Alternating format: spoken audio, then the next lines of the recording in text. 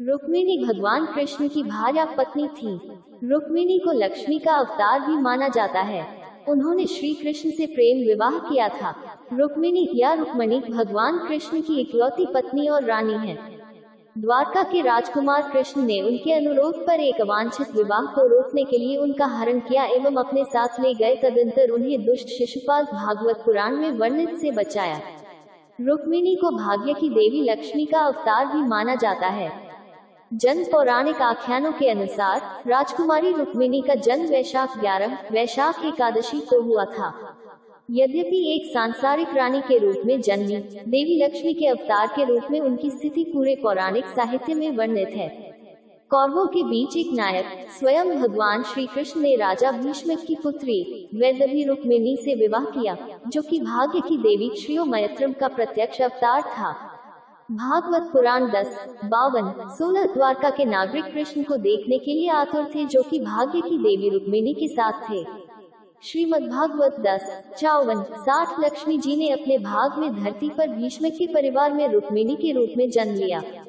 महाभारत आदि पर्व 67.656 रुक्मिणी देवी कृष्ण की रानी शक्ति स्वरूपा मूल प्रकृति हैं, जो कृष्णिका की आदिशक्ति हैं और वह दिव्य विश्व जगतकारी द्वारका वैकुंठ की रानी माता हैं। उनका जन्म हरिद्वार में शक्तिशाली यादव शासक भीष्म की पुत्री के रूप में हुआ। श्रुतियां जो भगवान श्री कृष्ण के साथ ब्रज की गोपियों के अतीत के आख्यानों से संबद्ध हैं, ने इस सत्य गोपाल तपानी नानी 757 की घोषणा की है। उन्हें विलग नहीं किया जा सकता। जैसे लक्ष्मी विष्णु की शक्ति है, वैसे ही रुक्मिणी भी श्री कृष्ण की शक्ति है। रुक्मिणी विदर्भ के राजा भीष्म की पुत्री थी। भीष्म मगध के राजा जरासंध के जागीरदार थे।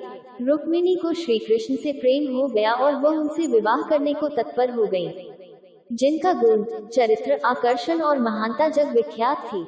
रुक्मिणी का ज्येष्ठ भ्राता रुक्मी दुष्ट राजा कंस का मित्र था, जिसे कृष्ण द्वारा बाद में वध कर दिया गया था। इस कारण वह इस विवाह के विरुद्ध था। रुक्मिणी के माता पिता रुक्मिणी का विवाह कृष्ण से ही करना चाहते थे, लेकिन रुक्मी ने इसका कड़ा विरोध किया। रुक्मी एक महत्वाकांक्षी राजकुमार था और वह निर्दयी जरासंध का क्रोध नहीं चाहता था। इसलिए उसने प्रस्तावित किया कि उसका विवाह शिशुपाल से किया जाए, जो कि चेदी का राजकुमार एवं श्री कृष्ण का चचेरा भाई था। शिशुपाल जरासंध का एक जागीरदार और निकट सहयोगी भी था, इसलिए वह रुक्मी का भी सहयोगी था। भीष्म अपनी आत्म इच्छा को मारकर रुक्मिणी का विवाह शिशुपाल के संग करने के लिए स्वीकृति दे दी, लेकिन रुक्मिणी, जो कि इस वार्तालाप को चुपके से सुन चुकी थी, भयभीत थी। परंतु उसने शीघ्र ही एक विश्वस्त ब्राह्मण को कृष्ण को संदेश देने के लिए मना लिया, जिसने कृष्ण को विदर्भ आकर उसे अपने साथ ले चलने की विनती थी। श्री कृष्ण ने युद्ध से बचने के लिए उनका हरण कर लिया।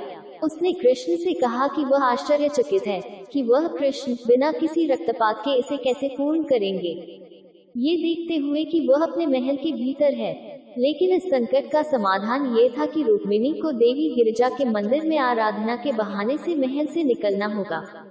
कृष्ण ने द्वारका में संदेश प्राप्त करते ही ज्येष्ठ भ्राता बलराम के संग विदर्भ को प्रस्थान किया। इसी बीच शिशुपाल को रुक्मी से इस समाचार पर अत्यधिक प्रसन्नता हुई कि वह अमरावती जिले के कुंडिना वर्तमान के कौंडिन्यपुर जाकर रुक्मिणी पर अपना अधिकार जता सकता है। जरासंध ने इस पर भरोसा न करते हुए अपने सभी जागीरदारों और सहयोगियों को शिशुपाल के सहायतार्थ साथ कर दिया, क्योंकि अंदेशा था कि श्री कृष्ण अवश्य ही रुक्मिणी को बचाने आएंगे। भीष्म और रुक्मिणी को गुप्त समाचार ज्ञात हुआ कि श्री कृष्ण आ रहे हैं। भीष्म, जिन्होंने कृष्ण को गुप्त रूप से स्वीकृति दी थी और कामना की कि वे रुक्मिणी को अपने संग ले जाएं, उनके लिए एक सुसज्जित भवन की व्यवस्था भी कर रखी थी। उसने उनका प्रसन्नता पूर्वक आदर सत्कार कर उन्हें सहज किया। इस बीच रुक्मिणी महल में विवाह के लिए सजग हो गई, परंतु वह निराश और अशांत भी थी कि अभी तक श्री कृष्ण की ओर से कोई समाचार क्यों नहीं आया। लेकिन फिर उसके वाम अंगों के फड़कने से उसे शुभ शगुन परिलक्षित होने लगे। शीघ्र ही ब्राह्मण ने आकर सूचित किया कि कृष्ण ने उनका अनुरोध स्वीकार कर लिया है। जब वह भगवान शिव की भार्या देवी गिरिजा के समक्ष पूजा के लिए मंदिर गई थी,